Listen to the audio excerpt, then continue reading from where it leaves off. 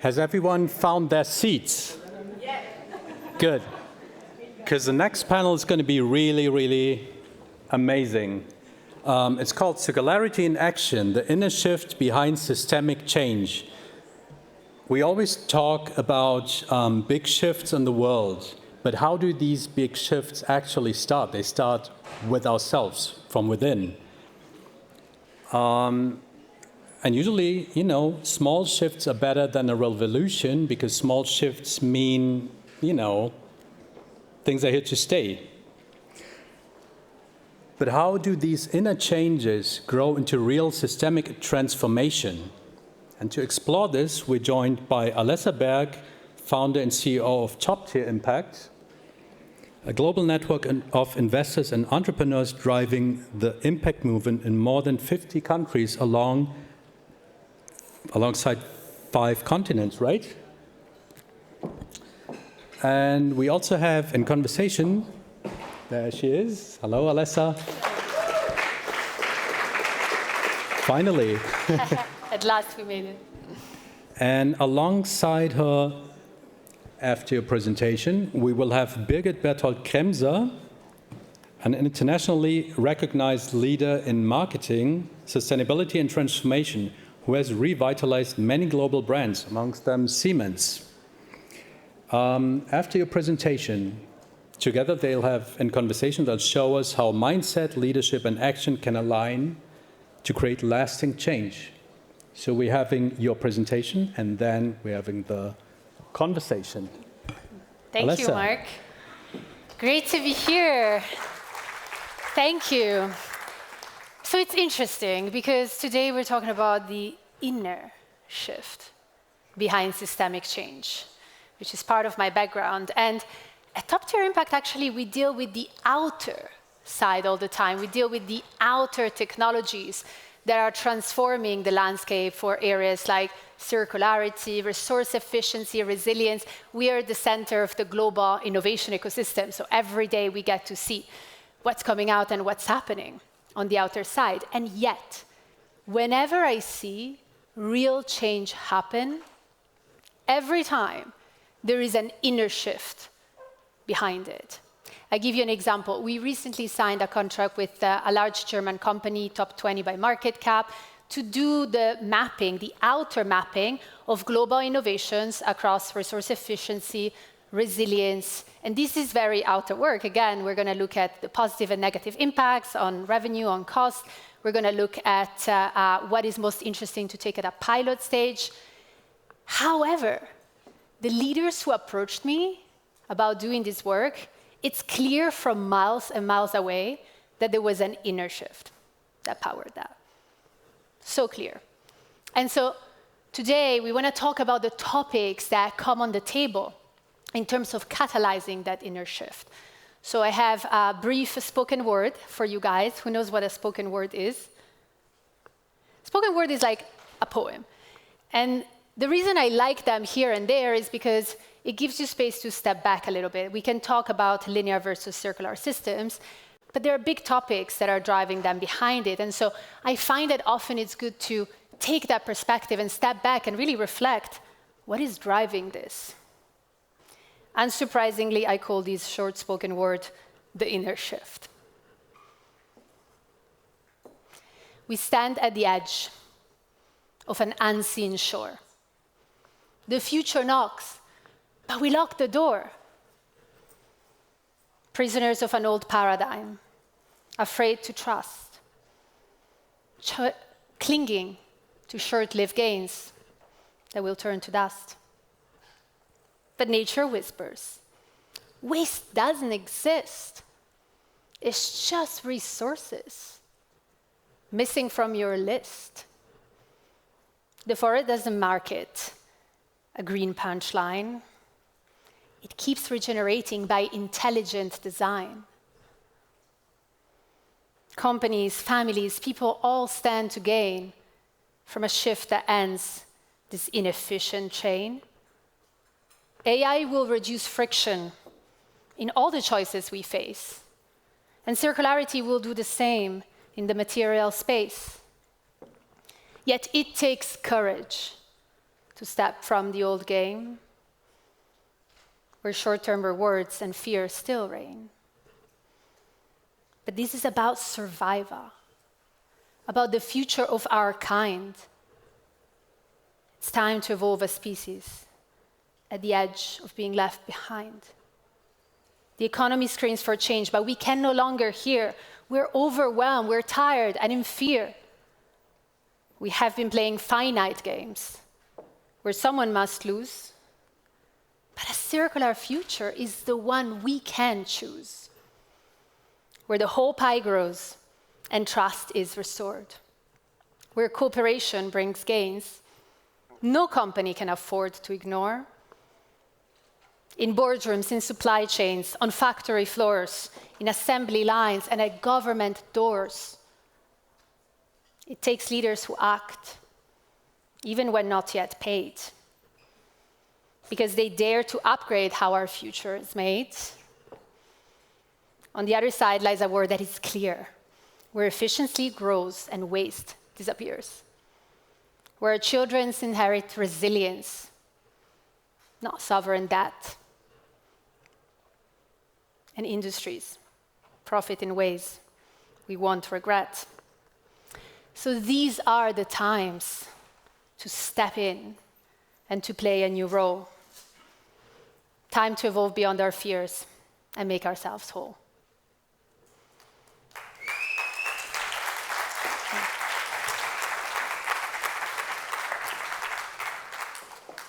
Thank you. Amazing, Alessa. So now we're going to have the promised conversation while they're setting up the table and the chairs. Birgit, join the stage. The stage is all yours.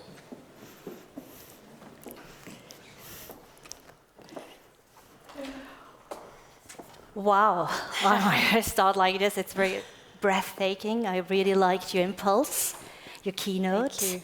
So true circularity actually starts with a mindset shift, and it's about bold action, bold leadership. It's about yourself. It's about what you change in your mind. And when I looked you up the first time on LinkedIn, so I mean, you all agree that's the way you do it, I was super impressed. And also what I saw is something we have a shared experience. We both met King Charles. Yes. And in the discussions before DLD, we said, well, it's someone who is really bold action. He's really someone who stands, has a really stand, is courageous in terms of circularity. And when I met him, he explained to me in a conversation, it's in Dumfries House in Scotland, that actually you cufflinks, you have them to replace the front part of the shirt quickly, or also here collars. That's something you can change. You don't have to repair something or the elbow patches you have, or his shoes have these metal stoves in front. And also he said, well, you don't have to repair everything. And he really is, it's kind of like bold action, the two of us said. What was your experience with King Charles? Absolutely. Yeah. I think that King Charles is this mix of that action, but also the integrity and consistency, because it's no news that he's into sustainability, into nature restoration. He has built a track record. He's been in it his whole life. At some point, it became interesting for other people as well. And he understands that it's about these themes as well of evolution, of efficiency. So that's what I saw. And when we met a few months ago, I mentioned that these are the times for that kind of leadership that he has always had to shine even more brightly. Yeah, absolutely. So it's more like about mindset shift. It's not about clothes, it's about a mindset shift, what circularity is about. A mindset shift, yes. And I wonder, Birgit, in your experience dealing with these topics for a very long time, what have you been observing as the obstacles that stand on the way today? Well, what I observed is something I would call like a normality bias. This illusion of people, or this dangerous illusion of permanence, that you have the feeling that everything stays as it is, that is, there's a kind of permanence. It feels almost like an Vogelstrauß, as we say in German, an ostrich effect, that you bury your head in the sand and you hope that everything goes away. So sticking to this awful, as we also call it, business as usual. So if you really want to change something in circularity, you have to go from your air mattress, if you want. You can't flow with the tides, the flows, the waves. You have to be aware that you have to stand up, and that circularity, for example, it's not a trend. It's more than a trend. It's an inner transformation, and that you really have to stand up because it's a paradigm shift. We have the technology to really save the world. We have all we need for circularity, but what we really need is a paradigm shift, a changed narrative, a mindset shift. So in your consulting experience, what are the things that can help to get over the paradigm shift or come into a paradigm shift? Yeah. So ultimately, like you say, we have the technologies. We really don't miss them. And every day I see them getting even better.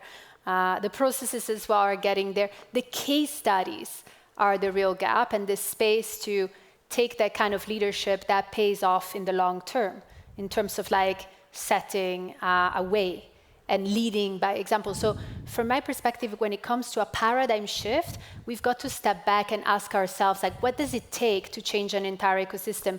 Part of my academic background is in governance design and system design, so I've always been interested in like, how do we create these governance systems? Like I would write papers comparing different countries in their governance choices, in the code of how governance is created and rules as well. There's no better or worse, right? Because it's culture. It's the choices and the values that lie behind the incentives we set in place. And so a paradigm shift is a deep question of what cultures, what values, what long-term imperatives, or short-term rather, have we subscribed to, right? And what does it take to shift those incentives? Because right now in the world, we face all these prisoner's dilemma. Who knows what a prisoner's dilemma is? So prisoner's dilemma in economic terms simply means that if two companies are doing deforestation today, and one thinks, oh, wait a second, in a couple of years, we might be out of this entire ecosystem, and in the long term, it's worse for all. They're still going to do it because the competitor does it, right? Cold War in the US, same thing. AI arms race today, same thing. So it's a redesign that questions some of the failures in our system that have led to negative externalities, such as pollution, right? And so, yeah, I wonder, when we think about this, Birgit, there are a lot of narratives that have been put in place around it. Like, what is your experience shifting the narratives which then trickle down to the culture and values? Well, first of all, I want to dig into what you just said, because I completely agree there is no external change without internal change. So the most important thing for you as leaders, informal or formal leaders, start from within, whatever transformation you do. And if you could kindly maybe show the first slide, is there are things I'd like to show you, is that first of all, it's important is what gets measured gets done. So think about what really matters. What are your KPIs for circularity? Are you aware? Do you have KPIs for circularity? And I'm not talking about the people who are really responsible for circularity, for every one of you. If you want to make sustainability or circularity the norm in your team, you need KPIs, you have to talk business. If not, it's not get done. What measures gets done? So work on your KPIs. Another one is that you really do collaboration. You don't have to do it by yourself. It's about system thinking. Don't work in silos. Internally, externally, work cross collaborations with other organizations, scientists, other industry knowledge people. Do it, find your allies. That's super important. Work with a stakeholder analysis. And the other one is work inclusive. Important that you really do a modern form of leadership. Make a culture which is kind of like open for failure, open for really talking, starting from scratch, super important. I mean, circularity is always starting from scratch again and again. So also make this culture. And another topic is the two most important days in your life is the one you're born and the one you find out why. So what's your purpose? What's your aspiration? If you don't know, and if you don't want to change something within yourself, you're not able to change something for someone else. So that's the most important thing. Thank you. And about the narrative change, I mean, what are your things you changed within the narrative? I'd like to go in some others. I know that you always talk about utopia. You mentioned it also in the beginning in your keynote. What are other things of changing narrative to make a paradigm shift? First of all, the word utopia, we use it in a very unconventional context. So I've been active in the impact, circularity, regenerative space for quite a few years, and we were approached to create a TV series about impact entrepreneurship, highlighting innovations like nuclear fusion, where it's at, regenerative communities, circular economy. There's a whole episode just on the circular economy. And you know, for me, utopia, ultimately, it's bottom up. Utopia is about empowering each individual to have the space and the courage to create that ideal life for themselves. Because my ideal life is not like your ideal life, right? We all have a unique version of that. We all have our unique set of skills and challenges to overcome. And so along with that, the question of back to the design of the system, what does it look like to design a system and a way of living that enables individuals to make space for that? Because I believe that ultimately, if we were to live in that, let's call it bottom-up utopia world, whatever the top-down becomes, like would fit us because, you know, all the friction that comes from insatisfaction, from challenges, from fears, like solves itself along the way. So for me, utopia, that's what it means. Actually, the TV series we have on impact entrepreneurship is called Road to Utopia. But at least now you know what we mean with that utopia. And narrative changing is something that I'm sure you guys are all doing day to day in your roles, because we're all translators. We're all continuously translating different paradigms, different perspectives that we have, different reasons why we are pursuing the goals we are pursuing, whether it's like simple linear growth, so to say, or whatever kind of transformation it is. So that translation is happening all the time, and that's where I think the narrative and questioning the narrative is important.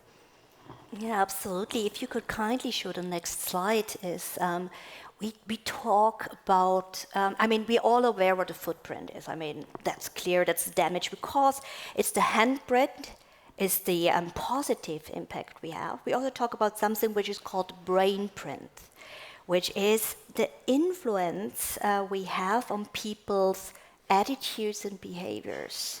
And I'm talking especially on your corporate, on your business life, because it's super if you do something in your private life, but you have a multiple effect when you do it, even small steps in your business life, or especially also on circularity. So the collective action comes with the brain print. It's the worldviews, the lifestyles, the behaviors we're able to shape. So we have been able, for example, because we are all storytellers, every one of us, informal or formal leader.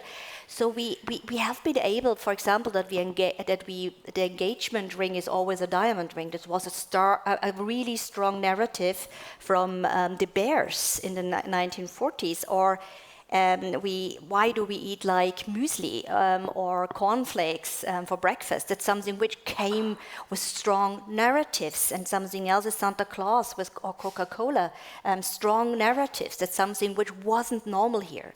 And the other one is the heart print. That's something makes something circularity method close to our hearts.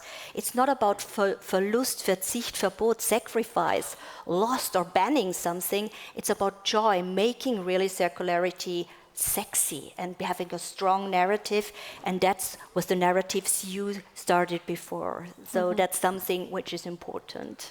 Yes.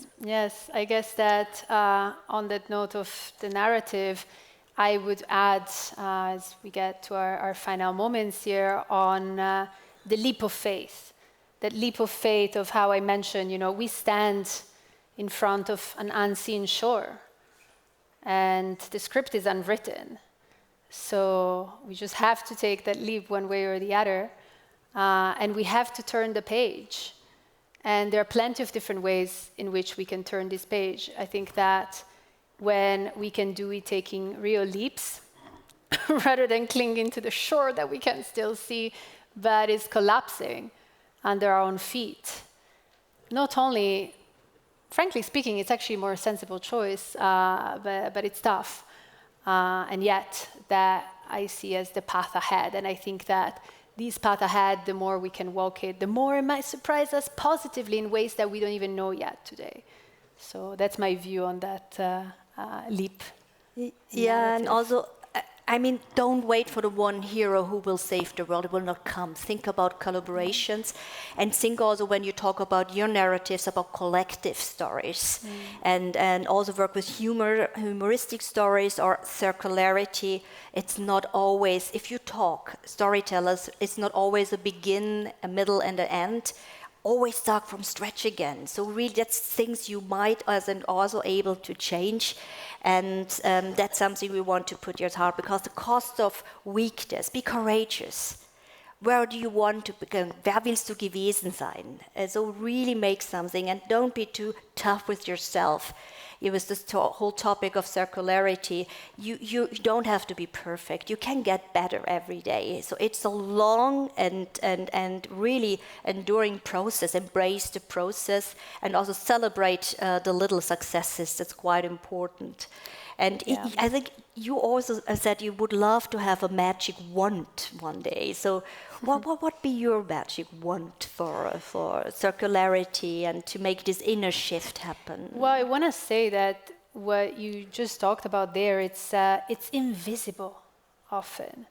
So the invisible step, as I told you guys, sharing with the spoken word, you know, the leaders that we work with who embrace bold change, that a few years down the line, it looks like they were geniuses, right? But behind that was that courage, silent, not really spoken about. And so I think that, again, what I would do with the magic wand is for all of us to get some more of that intense energy that it takes to take the leap and move forward. Yes. Yeah. Thank you. Yeah, I thank you, Alessa. Thank you so much. So have courage, please.